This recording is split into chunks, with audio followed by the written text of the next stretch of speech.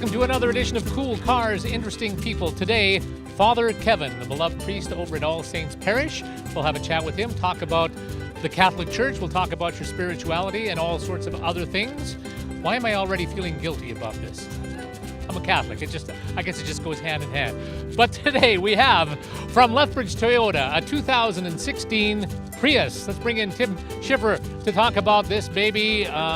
This is basically Toyota introduced the first mass-produced hybrid car, which of course means that it's half gas and half coal, right? Not quite. half gas, half electric. Oh, okay. It actually uses a hybrid synergy drive that uses 3 different systems. So it's something that came across and mass-produced. First hugely successful mass-produced Prius came to market about 2003, 2004. Right. Yeah. And so the 2016 model, what's new? What's exciting about this one? This actually is the first example of a vehicle built on Toyota's new global architecture. It's a very important chassis that many different vehicles will be based off of, and this is the first iteration of that. So that's really important to us. So Explain the advantage of a hybrid car. What happens inside?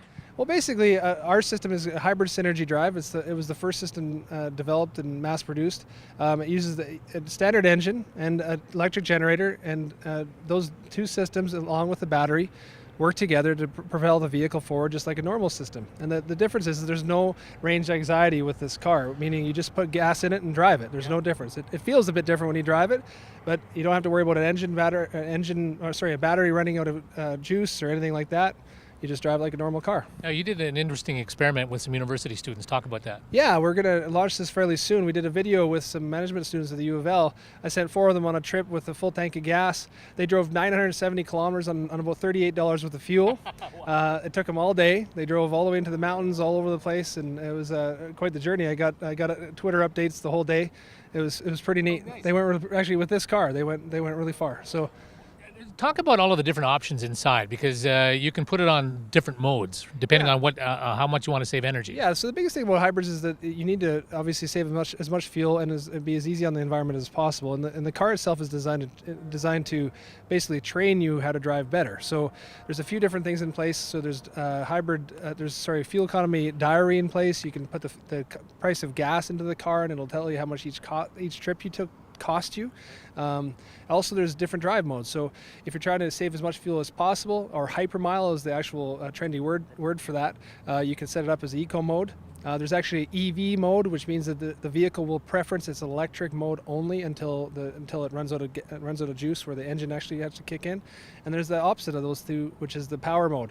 So if you do need to get on the highway and actually get up to speed, the acceleration of this car is very similar to a 4-cylinder Camry or 4-cylinder Corolla. So it's really there's no downside to that in terms of being slow. So. Yeah. Do I need to pray that we can finish this whole thing today, or are we good? I think you'll be good, especially with a priest in there. It should help you. Right, yeah. Let's go find Father Kevin.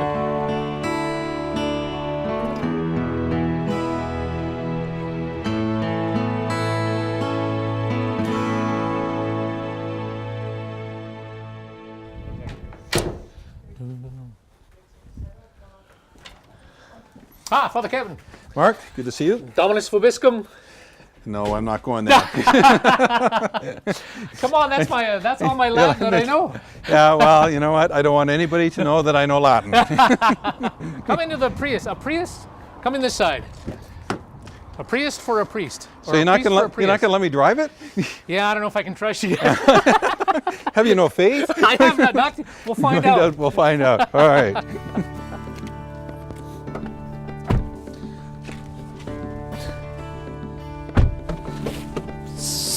Got your seatbelt on. Good for you. All right. Yeah. Okay. That's important. Okay. Well, safety first. Safety first. Oh, we'll turn that down. Turn that off. Okay, so you just go there to drive, and then we're ready to go. These things are crazy. Mm-hmm. I think. Oh, you got to go down. Yeah. Yeah. There we go. And the electric motor is on. Yeah. So you can see all of the different functions. You can do stuff there. Oh, we can't go very far because your battery's half dead. But it's half alive. Come on, where's your optimism? My optimism, we left it back at the church. We're in a car now that's totally different. Totally different. Have faith in God. Have faith, all right. Man-made things, my faith is not in. So if Jesus were alive today, what kind of a car would he be driving, do you think? Would it be a Prius guy? I don't know whether he'd be a Prius guy or not, but he'd probably be at least going for the most economical and the most environmentally friendly. And he'd probably go for a used car. He wouldn't want to get a brand new one. That'd be kind of showing off, wouldn't it? Probably. Or more specifically, he would just continue to walk and take public transportation, which would be even a better idea. Yeah. So you're born in Saskatchewan. Yes, I am. Saskatchewan boy, and how long have you been a priest? Been a priest for 17 years. 17 years. Yeah. So what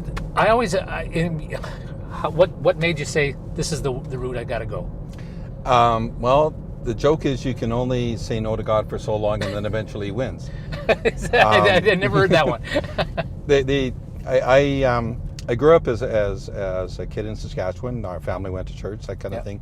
My grandmother, she used to pray that my brother and I would become priests when we grew up, and Grandma passed away in 66, and after that it was kind of like you didn't hear that. Right. And then you go through high school, and all of a sudden it's like, there's the world and all that other stuff, and so you start looking at that, and so I went to university. I got a degree in business, and in business, really? Wow. Yeah, I took I have a degree in marketing and personnel. Took a double major back in the years when you still could do that, and then went out and worked in the business world, and the whole time, church was very important, because church was where family was.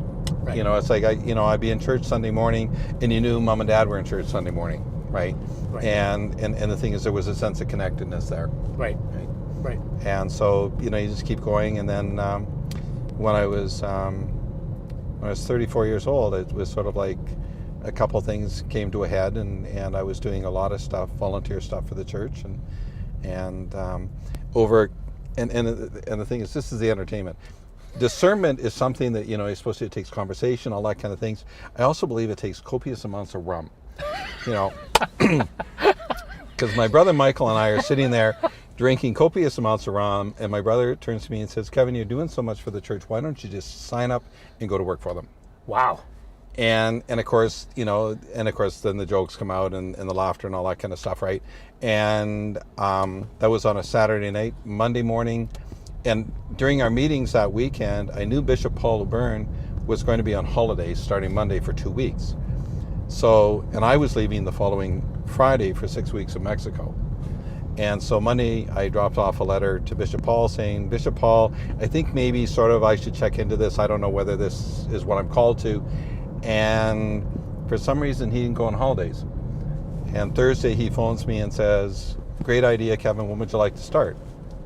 At which point in time, the copious amount of rum had worn off, and I'm going, "Oh my God, what have I done?" And so I wound up going down to Mexico with my buddies, and was a real pain in the butt for them. The Mexicans? No, for my buddies, because I'm not having fun, because I'm really caught up in, oh my God, what have I done? And Sunday morning, 6 o'clock, I'm sitting down on the beach. They decided to do an intervention, and it's like, "Kevin, what is wrong with you? What's going on?" And so I told them what I had done, and you got to realize you got 2 Catholics in the group who don't go to church, and the other 3 are not Catholic, right? And they're all going, "Well, it's about time." Oh, really? And I'm going like, okay, wait a minute, what did you guys see that I didn't see? So they knew that you should become a priest. They were very supportive, and wow. It was like, and then of course the best part was the Baptist in the group was the one who knew where the Catholic Church was. And off we went to Mass on Sunday morning with the Baptist? With the Baptist. Wow. All of us, and it was kind of cool. We were there, and as they put it, let's give praise and thanks to God that I finally smartened up. So, when you said, "Oh my God, what have I done?" Does that mean that you spoke to Bishop LeBurn saying, "I'm going to become a priest"? Is that no? I spoke to him saying I would like to go and study for it. Okay. And all of a sudden, it's sort of like, it's kind of like going on a date with a really, really good-looking girl, and never happened, but okay. Right, you ask her out on a date, and she says yes, and then the night of it, you're going, "I'm going to blow this. Like, how can I mess this up?" Yeah. And so it was kind of like that, and then it was off to the seminary, and It amazes me that you were in your 30s though when this happened. Is that kind of unusual? It's kind of unusual. There's actually there's more older guys going into the priesthood now. We still have lots of young guys straight out of high school, but it's common that older guys do it. You've got some life experience. You've looked at things differently. Yeah. The other advantage that the older guy kind of has is you know what you're giving up. Very much You know. so. Yeah. You know, and the thing is, part of the priesthood is giving things up. Yeah. Hold that thought. Gonna arise into heaven here at the water tower.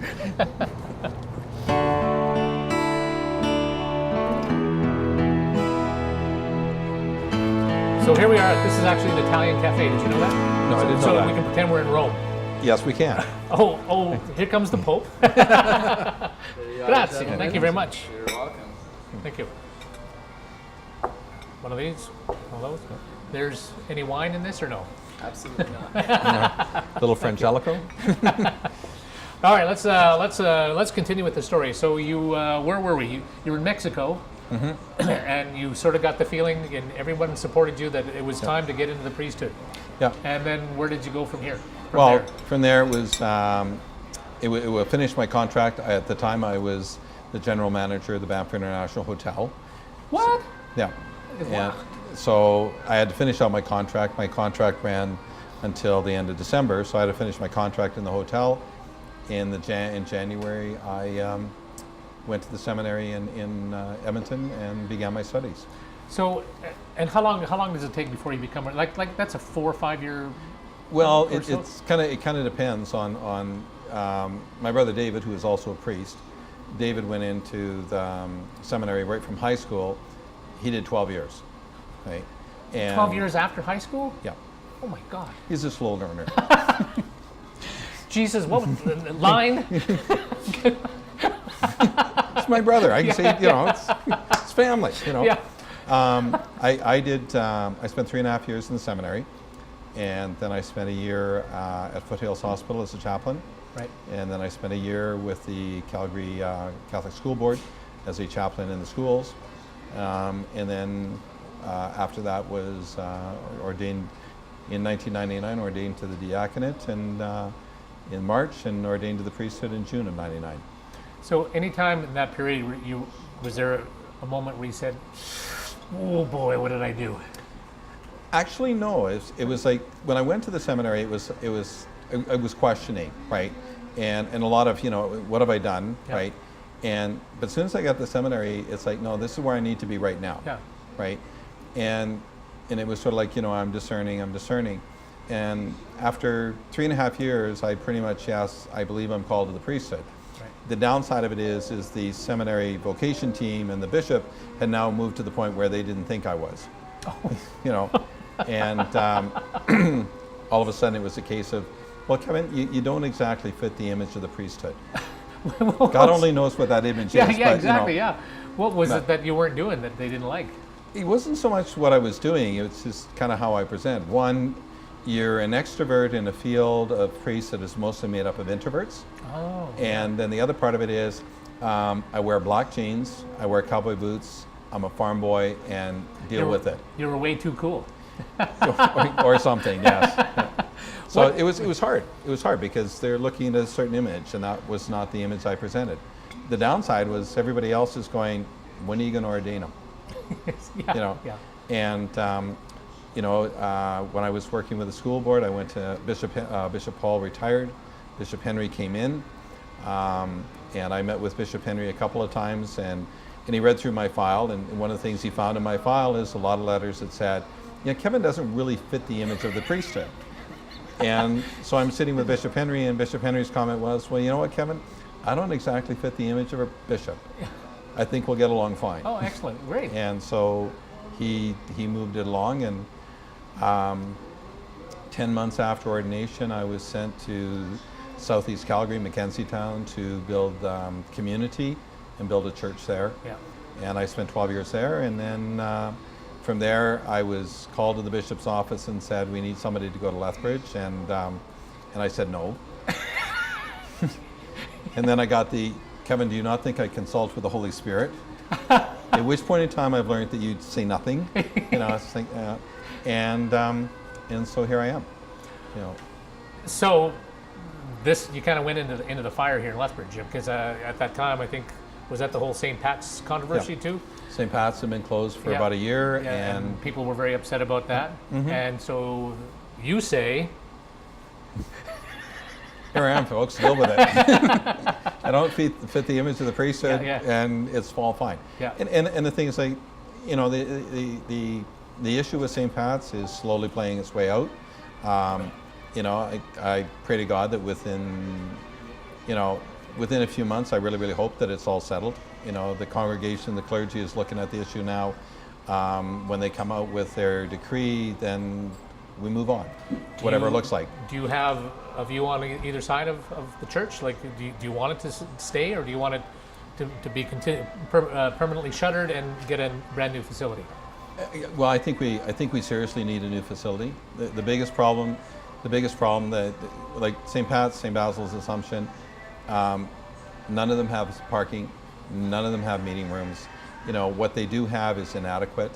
The Pope Francis, Pope Benedict, John Paul II have all told us that we have to move forward, and that we have to become the church of the new millennium.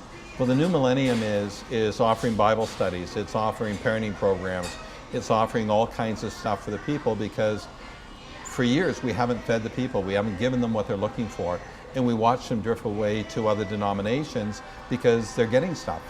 We watch a lot of our young people drift away to other churches because they have programs for kids or they have programs for youth. And we're sitting there going, well, you know, we have no space for them. We have no place for them to meet. We don't have some kind of a rec area for the kids. And so we need to move forward. The evangelical movement in Lethbridge is pretty big, would you say? Yeah. Which, if you're strictly a spiritual person, or if you just want to have the Spirit of God, that's not a bad thing, is it? No. From a Catholic point of view, other than, you know, fewer people are going to church in the Catholic Church. Well, yes and no. It's like one of the studies I just read last month was saying that as Catholics we still have the highest retention from cradle to death, right, really? of all denominations. Really? Okay. And so it's a good sign. The Catholic Church in Canada, Reg Bibby's new book points out the fact that the Catholic Church in Canada is growing. Right. But part of it is we need to meet the needs of the people. And going to church on Sunday is not meeting their needs. Right. People are searching, they're hungry, they want more than. And so how do we provide it? How do we give it to them? How do we provide them with the programs that they want? And when your facilities are not designed for that, you know, like St. Pat's is a beautiful church, Assumption's a beautiful church, St. Basil's a beautiful church. They were designed for one purpose: celebrating the Mass on Sunday. Yeah, that's you know, it. And that's it. And the thing is, and then you make do, and you add this on, and you kind of reconfigure that. But at the end of the day, you know, like St. Pat's, it was built when people walked to church. The only reason people walk to church anymore is because they have to park 6 blocks away. You know, we had Faith Zentner's funeral at Southminster United, right? And I was joking with people who had to walk 12 blocks to get to the church because there's no parking. Yeah. You know, and the thing is like, okay, well, we need parking at our church. St. Basil's, the 7:30 Mass on Sunday morning, there'll be 200 people in the church and 140 vehicles to get there. You know, and what do you do? It's like we have no parking. Yeah. And when we don't have the parking, then we disrupt the entire neighborhood. Right. And you start offending your neighbors. You're parking in their driveway, you're parking in front of their house, and they want to park in front of their house. So where's our Christian charity? And suddenly there's another crucifixion going on. Yes, and I don't want it to be me. That's right. Yes.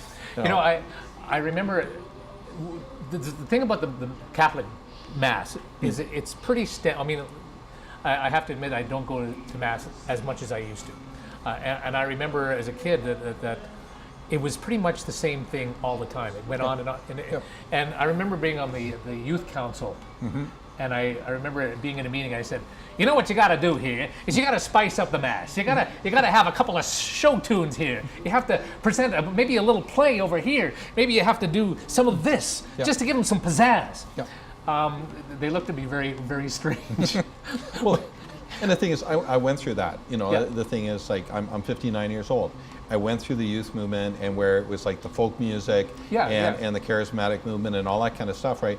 But the thing that always struck me is like, even in Calgary, we had one of our churches there, St. Michael's, very charismatic, very, very with the kids and that kind of stuff, right? And where are the kids? Kids are down at St. Mary's because the Mass is the Mass. It's like, what do you come for? You come to receive the Eucharist, you come to receive the Word of Scripture, right? If you went to church every day for 3 years, you hear 80% of the Scripture, the Bible, proclaimed in the church, right?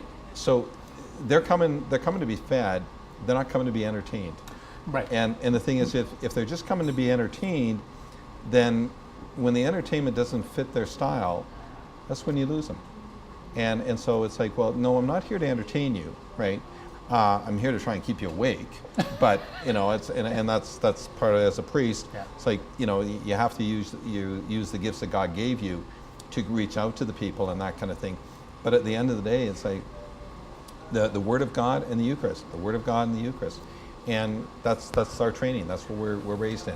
Where do you come on it? Like half of it is you need to entertain in your sermon, for example. Yeah, you have to throw a couple of bones, I would imagine. Yeah. But you maintain the integrity of what the sermon is about, right? Oh yeah, of course. Yeah.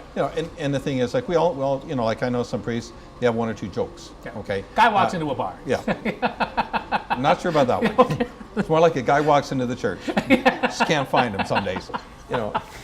And so, like some people use a joke, some people, will use questions. We all develop a technique, right? It's sort of like your flavor, your style, whatever, and the thing is, for myself, I memorize my homily.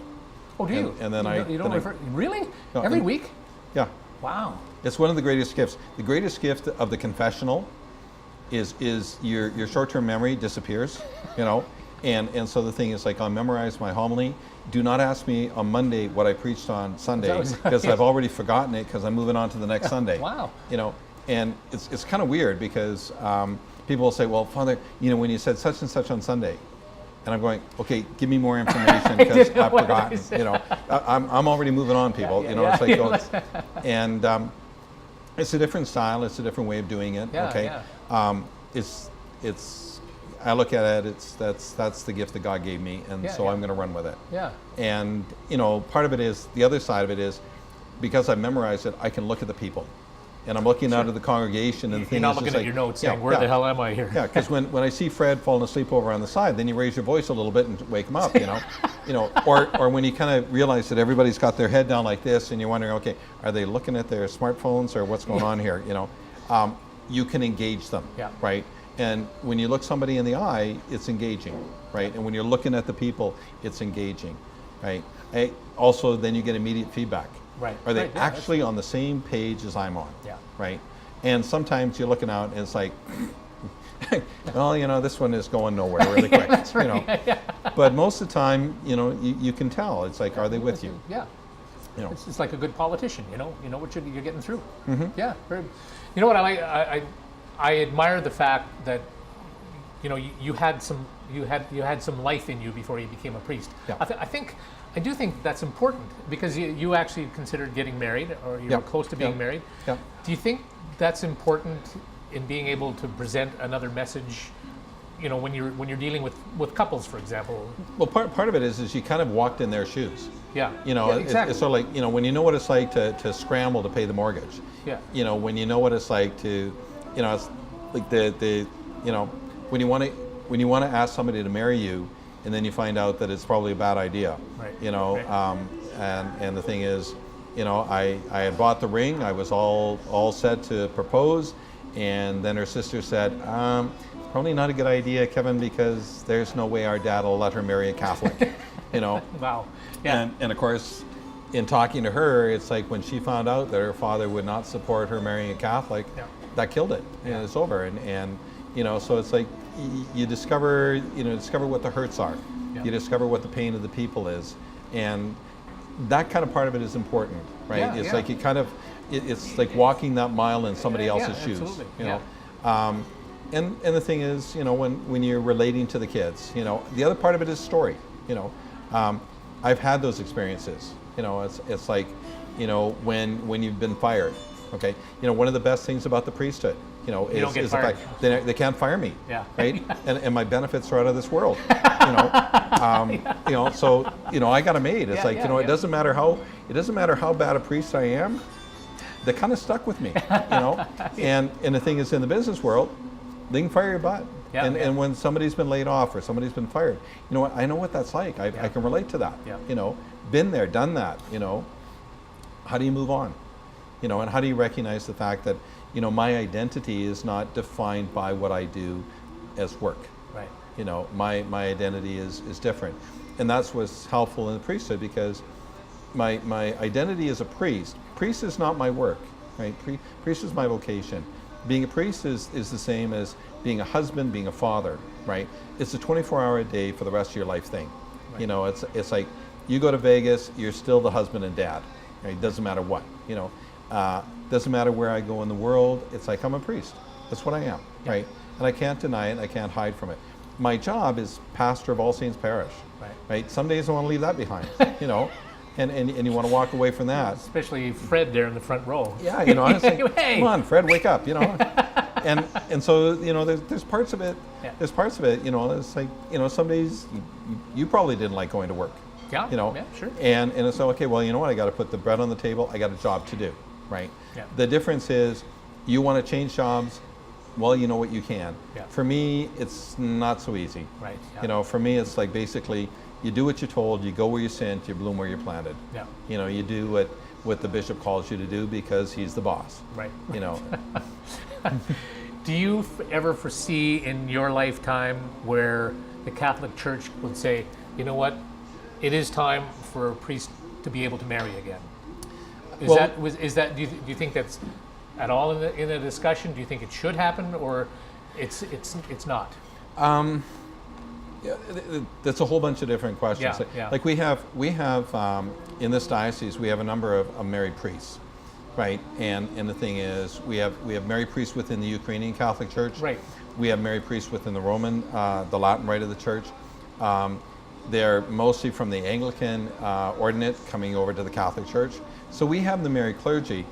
It's a bit of a struggle because in the Catholic Church, our understanding of the priesthood is somewhat different. Like as a priest, I'm entitled to one 24-hour time period off a week. The rest of it belongs to the people of God, right? Okay. And so the thing is, it's like, you know, when they call you at 9 o'clock at night, you're on. Right. When they call you at 2 o'clock in the morning, you're on, Right, right? right. Because this is what you gave your life to. Right. You know, will you accept celibacy for the good of the kingdom, right? Yes, Bishop, I do. At the moment, you're not really thinking, but you say yes anyway. Yeah, yeah. You know, and then you find out what that's like. You know, you know, when you're a dad, when do you stop being a dad? You never do. You're a husband. When do you stop being a husband? You don't. You know, it's part of your life forever, right? Same with my priesthood. So when I look at, you know, before we could have a married clergy, we're going to seriously have to change how we look at the priesthood, right? And the thing is, like, no, father's off at 5. That would not fly in the Catholic No, right, Church, right? The other part of it is, you know, and this would be the saddest part for most of our parishioners, is the fact that they have to start tithing. Oh. You know, because you know what, if I'm married and I got kids, okay, I'm going to want to see a major increase in my salary, because how am I going to put them through university? How am I going to take care of my wife? You know, and Funny, all of those I other things. never really thought about it in those terms before. Yeah. You know, and the thing is, the very practical things come into play, Yeah. right? Spiritually, you know, okay, there would be great benefits to it. You have a spiritual partner, okay? It's kind of nice to have that woman's perspective. Though, you know, in the priesthood, as a celibate priest, one of the advantages that you have is like you have like 90% of your parish who help are women, and they're all quite willing to tell you what to do. You know. So basically, you're married. You know, and the thing is, not necessarily a bad thing, because their feedback is excellent. Yeah. Because I don't think like a woman, Yeah. right? And so when Mrs. Smith comes and says X, Y, and Z, Father, you're going, oh, sorry, didn't think about that. Yeah, Okay, yeah, yeah. thank you very much, Yeah. and I appreciate your input. Sure. Right? Because no, I don't think that way. You know, and you have to recognize you need all of these people, the men and the women and the children of the parish, if you're going to be a good pastor. Yeah. You know. Yeah.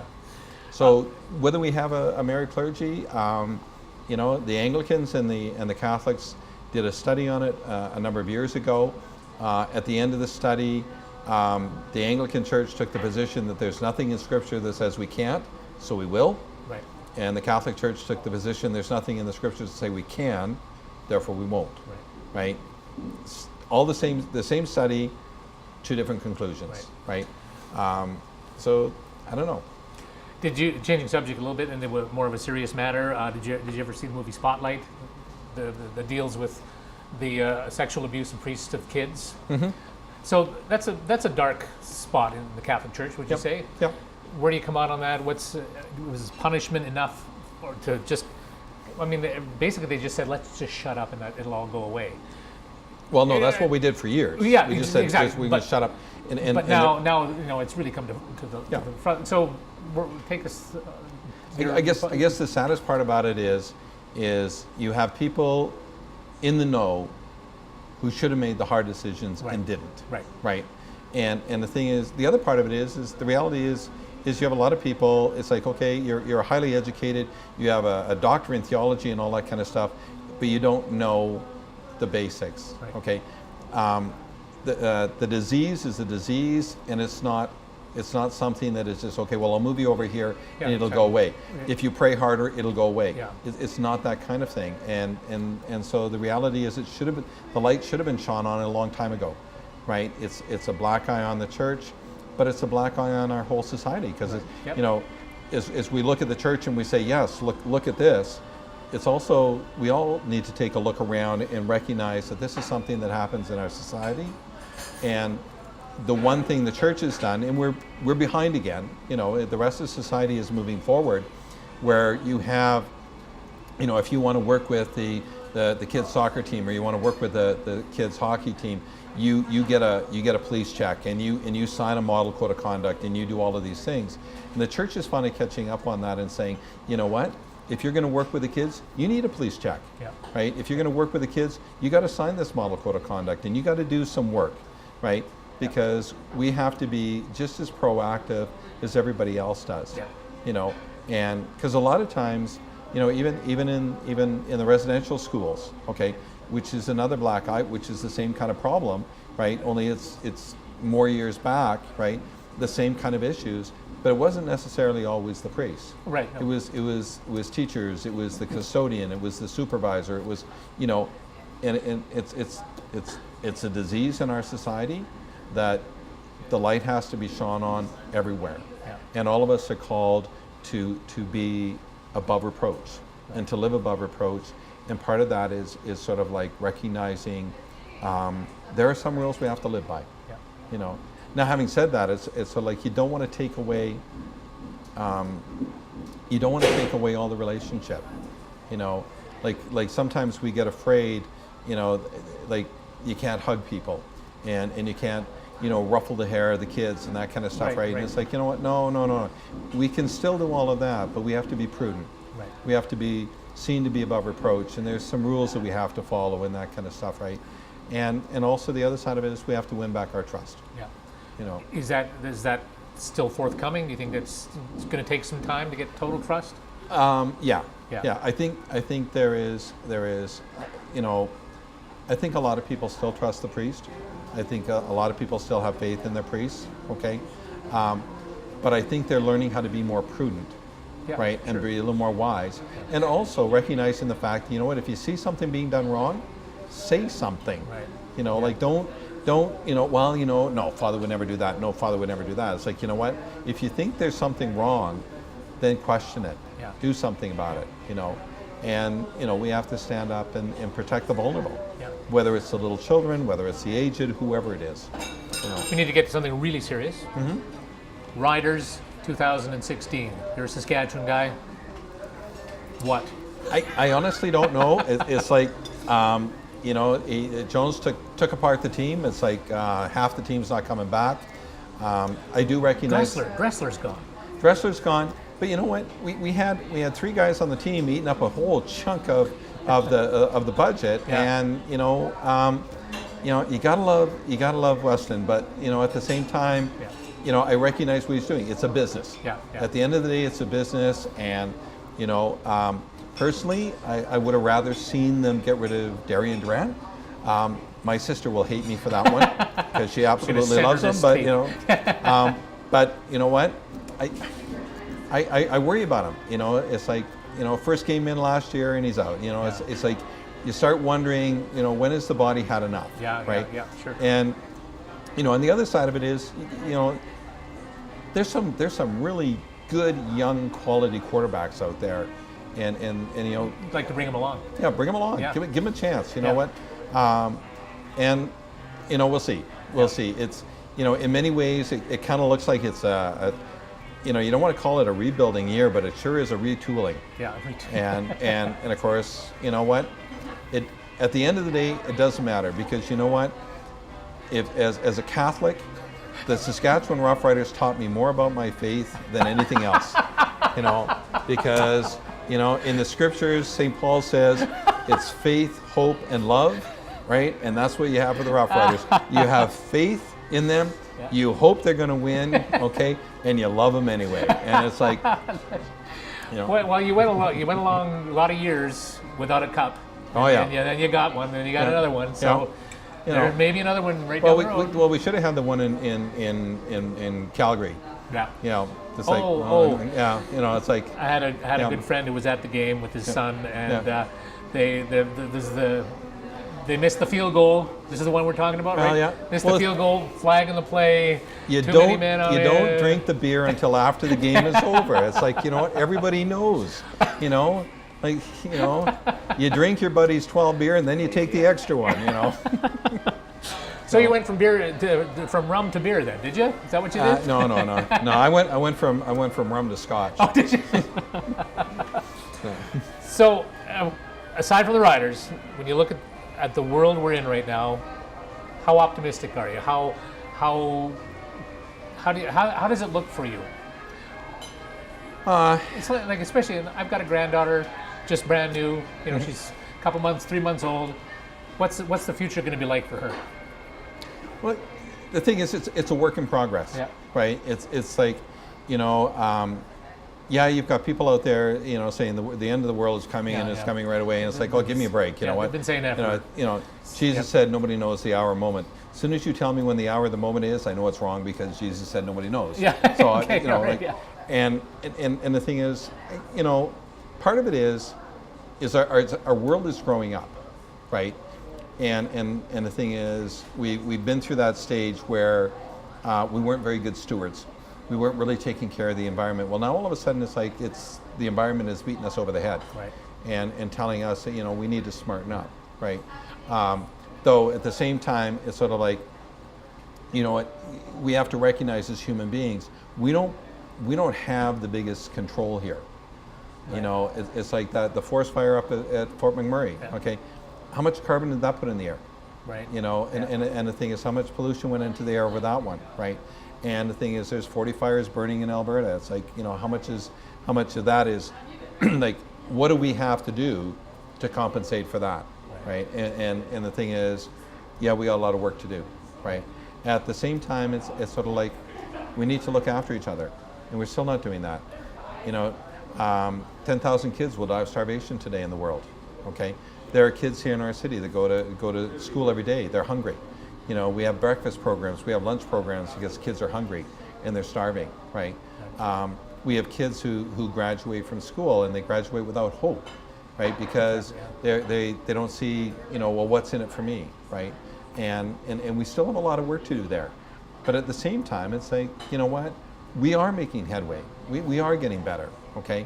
We're just kind of, we're like stupid teenagers, it's like, you look at a teenager and you have this incredibly beautiful, wonderful person who is just incredible, right? And then they do something and you're going like, you're an A student. How did this happen, right? And it's sort of like we seem to have it all together and then something goes wrong. Yeah. There's lots of positive things happening. There's other stuff that's going sideways on us, but at the end of the day, it's like we have hope and prayer. Yeah.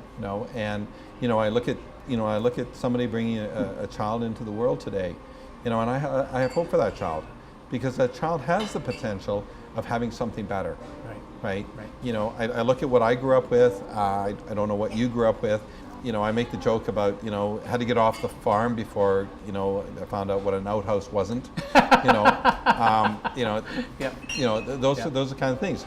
And we move forward, and we move forward, and we move forward, right? But some of our moving forward is not helping us, and we're slowly discovering that. Right. You know, This has been highly entertaining. The Lord be with you. and with your spirit. The interview has ended. Go in peace. Thanks you be to God. much.